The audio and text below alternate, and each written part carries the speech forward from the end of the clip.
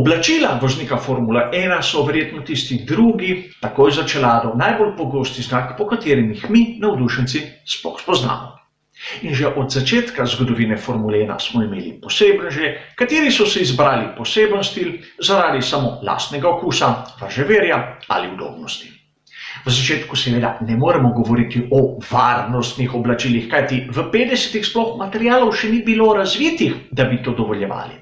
A bila so civilna oblačila, kateri so razni vozniki prilagodili svojim okusom, svojim potrebam in tako naprej. Znani primeri, naprimer Alberto Ascari je imel sinje modro majico, katera mu je prinašala srečo, katere si ni smel nihče dotakniti in samo z njo je nastopil na dirkah Formule 1. Po drugi strani Mike Hawthorne, svetovni prvak, tudi on je imel za volanom zmeran metuljčka kravato, bil je eleganten, no ne, prav zmeraj. Dobil sem fotografijo, ki ga kaže na treningu, kako je v kombinezonu. A to je bil trening, verjetno za dirko se je uredil. Tisti, ki je imel izjemno rad kombinezone in je nekako upeljal to modo enodelnega kombinezona, verjetno Stirling Moss. In on se je počutil v tem delu oblačila izjemno udobno. Do leta 1963 seveda ne moremo govoriti o varnostnih oblačilih, komaj takrat so upeljali pravilo, da so ta oblačila tudi negorljiva, a nimamo še kakih standardov. Nekje med letoma 63 in 64 NASA in DuPont skupaj razvijeta to tkanino Nomex, katero poznamo še danes, in Simpson je prva znamka, katera je naredila dirkaški negorljiv kombinezon iz tega materiala Nomexa.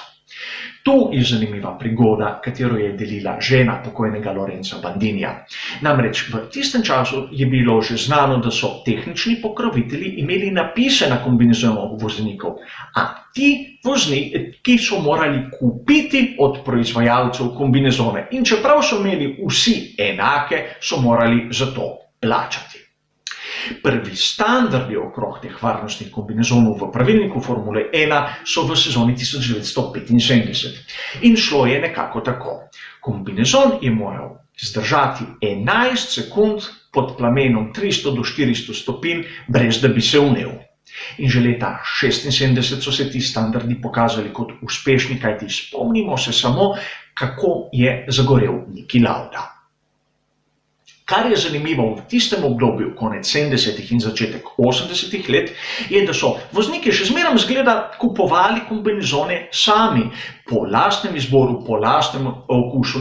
Namreč dostikrat vidimo, da znotraj ekipe sta imela voznika različne barve, različne modele in tudi z barvno shemo bolida se dostikrat ti kombinezoni sploh niso ujemali. Poglejmo samo primer leta 1978 pri ekipi Lotus, ko sta tako Ronnie Peterson kot Mario Andretti med sezono zamenjala barvi, a nič ni bilo usklajenega ne z bolidom, ne med njima dvema. Kar je zanimivo, je barva kombinezona leta 1981, ki jo je imel Didier Pironi pri Ferrariju. Imel je moder kombinezon, nekaj, kar bi danes rekli, da je bogokletno kmalu. A po tistem obdobju, nekje v 80-ih, proti sredini 80-ih let, so se kombinezoni nekako standardizirali z ekipo, z barvno shemo bolida in smo imeli edine razlike, naprimer na kakšnem osebnem pokrovitelju, kateri je dodal napis, kot vidimo naprimer pri Ayrtonu Senni.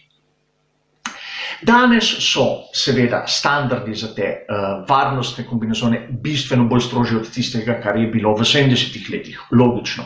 Grejo nekako takole, da po 15 pranjih tega kombinezona mora ta zdržati pod plamenom 800 stopinj 11 sekund in notranja temperatura ne sme preseči 41 stopinj.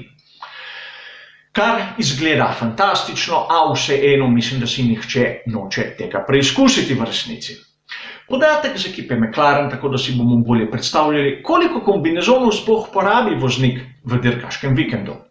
No, vsak voznik ekipe McLaren ima na razpolago za dirkaški vikend 4 kombinezone. Seveda, vozniki vozijo tudi proste treninge, spotijo se, tudi rabijo rezervo, ukolikor se kaj zgodi, tako je nekako normalno. A zanimivo je to, če primerjamo situacijo, ki jo je imel Gilles Villeneuve, ko je prišel v Formulo 1 leta 1977. Tako v McLarenu kot v Ferrariju lahko opazimo na tistih starih fotografijah, da je imel en in isti kombinezon, kateremu je zamenjal našitke. In kolikor pogledamo ta rekvizit, kateri se je ohranil do danes v muzeju, vidimo, da so bile njegove manšete na zapestju zašite, kajti toliko prej ga je rabil, da ga je praktično zdelal do konca. Čisto nekaj drugega, kar danes ne vidimo več v Formuli 1. A vseeno, varnostni kombinezon je nekaj, kar je izjemno pomembnega, kar bo seveda še zmeraj napredovalo. Danes ga vidimo, da sploh nima več našitkov, da ima potisk in mnoge ekipe na raznih dirkah tudi, bom rekel, naredijo posebne izdaje teh kombinezonov z voznike, glede na razne prireditve, ki jih praktično za take obletnice ali kakšne druge posebne priložnosti pripravijo. Vseeno, zanimiva tema, na katero velja biti pozoren tudi v bodoče. Hvala za vašo pozornost ter nasvidenje.